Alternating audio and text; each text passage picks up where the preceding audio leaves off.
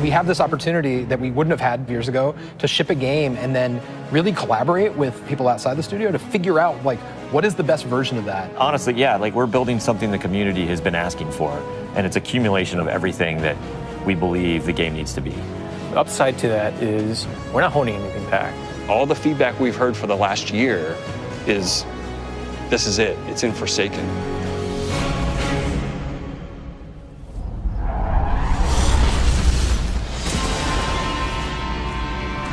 We want this release to have a different tone and a different vibe. We sort of just embrace that Western revenge vibe. You're going to a darker place. You're going to take on a different role as a Guardian.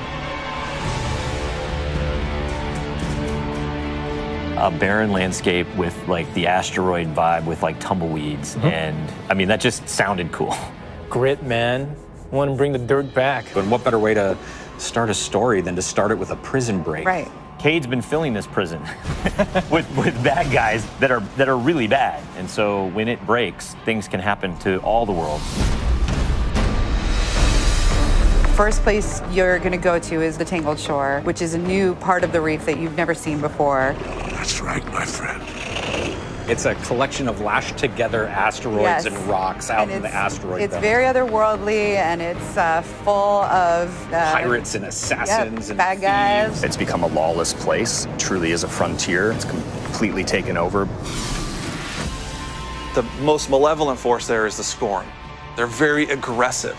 They're always going to charge and push you. The Barons are the top dogs in the Scorn, and each one has gone back and like committed nefarious crimes. I think of it as the reverse Magnificent Seven, like the worst of the worst criminals. You are hunting down these different Barons. In fact, they're called Baron hunts. So one Baron is a sniper, and you have a sniper versus sniper battle with them. Another Baron is this big, giant, hulking melee character.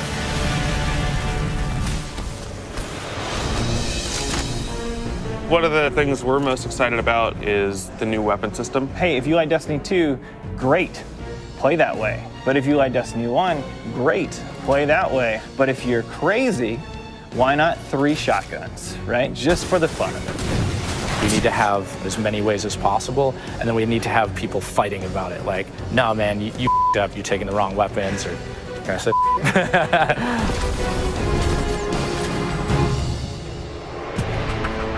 So randomables are coming back. Every single weapon is going to feel different when it drops.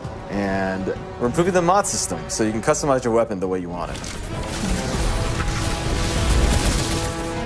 We've got a whole new masterwork style system coming together where you actually are able to kind of move your levels up over time. And so there's investment back on the weapons again.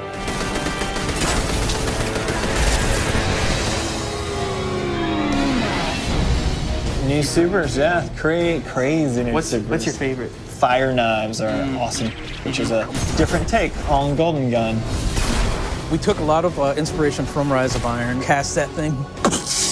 You got a huge hammer now, and you slam that thing down, and it sends out this fire in front of you that then creates a fire tornado. We gotta take it to the next level, you know? The idea that anyone who plays, however they play, they're going to have some new way to engage. Yeah. I'm in love with the new Void Warlock. Teleportation that's like super anime, just like We've been having great games with the Arc Warlock. Basically cast this thing, he pulls back. Yeah, and it's gonna break the game, and I think that's amazing, yeah. You know?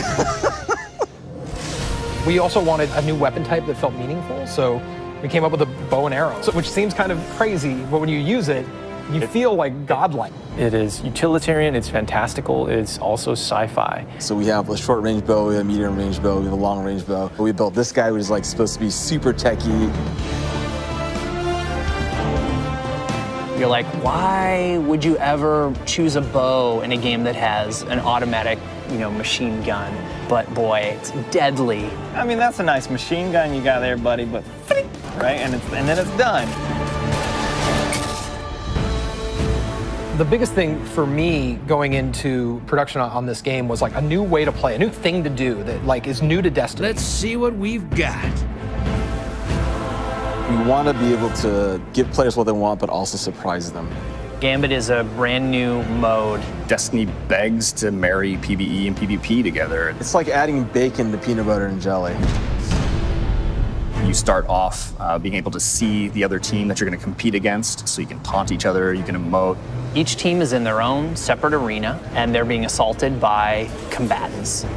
They're dropping motes for you to collect, you bank them. When you put them in your bank, you're gonna send a blocker over to the other side that locks their bank down. They can't put motes into it until they take out that blocker. Filling up your bank with the motes is how you summon your primeval. You burn it down, that's it, round's over.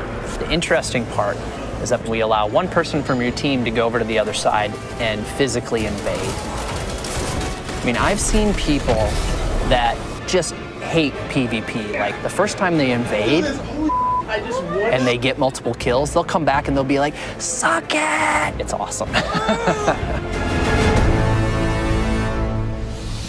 We leave the raid team alone. I mean, if you can't tell, like, we just kind of let them do their own thing. But We have Joe over there. For this next raid, we wanted to get back to the epic adventure where you're going out to slay a big monster again. This raid has more bosses than any raid we've ever had before, and we're really excited to get players in there. The raid is actually about more than just the raid. It's about the Dreaming City, the place that the raid exists. And it's an in-game destination that we've never done before. It's the awoken homeland. I could talk about the Dreaming City for hours. It's like if the Vault of Glass and Dreadnought had a baby. If they were like twins. Or the yeah, that's actually more accurate. Yeah, they're like twins. If, Yeah, like, yeah, yeah. You had twins, Yeah. and then you took those twins and you put them on the doorstep of Peter Jackson, raised them as his own, and then that's the Dreaming City. It is magical and weird and mysterious. It's designed to be a destination that has puzzles that you need to solve. A lot of hidden corners, lots of passageways that might not seem to exist the first time. And the raiders, they affect this destination. They change it for everyone. It's like this cyclical endgame place where there's just secrets and different activities that unveil over time. So the Dreaming City that you see at launch is not going to be the same Dreaming City 2-3 weeks later.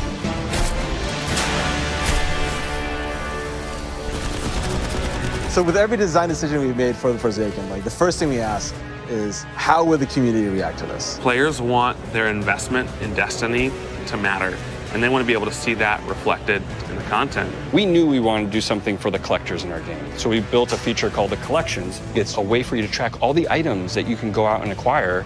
There's so much gear in our game. Like, there are 2,000 items you can get. Go get them.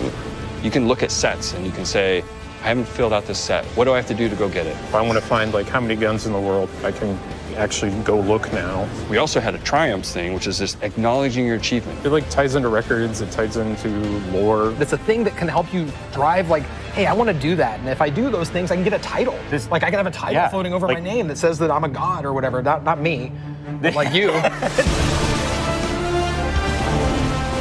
We want Forsaken to feel like a game that never ends. So we're going to reinforce the hobby and make the experience something that can be played night over night. We're changing the weapon slots. We're changing how the pursuits work. We're adding new features like the collections and the triumphs. We built Gambit. We've got a whole bunch of new weapons to chase, exotics that are really powerful. We have Lisa focusing on some sweet new exotic armor. Maybe we gone overboard, like dialed it too high. Ore to go out there and collect in the world, exotic armor pieces to go out there and hunt. We're working on armor perks, random rolls, new mod system, new subclass paths. We're making Forsaken for people who love Destiny. Making a game that we can all love. That is the goal. That's what we're going to constantly be pushing towards, always. Everything we're building is through that lens.